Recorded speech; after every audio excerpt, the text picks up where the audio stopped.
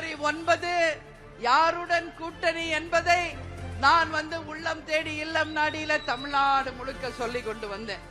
அந்த ஜனவரி 9 இன்னைக்கு வந்தாச்சு.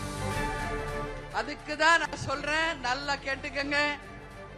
நீங்க மாவட்ட செயலாளர் ஆலோசனை கூட்டம் தலைமை கழகத்திலே நடத்தினோம்.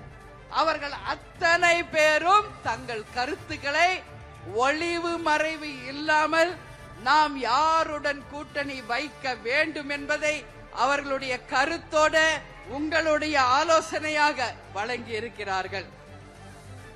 அந்த கருத்து அது எல்லாமே நான் பார்த்துட்டேன். யாரெல்லாம் என்னெல்லாம் எழுதியிருக்கீங்க என்பதை நான் மட்டுமே தனியாக அமர்ந்து பார்த்தேன். விஜய் பிரபாகர் கூட சொன்னார் பாத்தீங்களா, யாரோட கூட்டணி அமைக்க போறோம்னு. உங்களை மாதிரி நானும் வெயிட் பண்ணிக்கிட்டு இருக்கேன். மகனாக இருக்கிறதுனால மட்டும் அவரிடம் கட்சியின் ரகசியங்களை என்னைக்குமே சொல்லாமல் ஒரு நேர்மையான ஒரு பொதுச் செயலாளர் தான் நான் இருப்பேன்.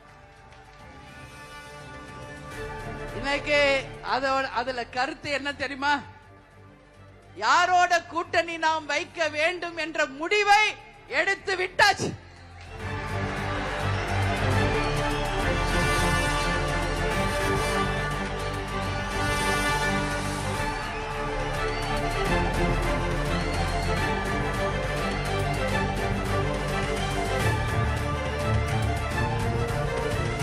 ஆனால் அதை இந்த மாநாட்டில் அறிவிக்க வேண்டுமா என்பதுதான் கேள்வி. அது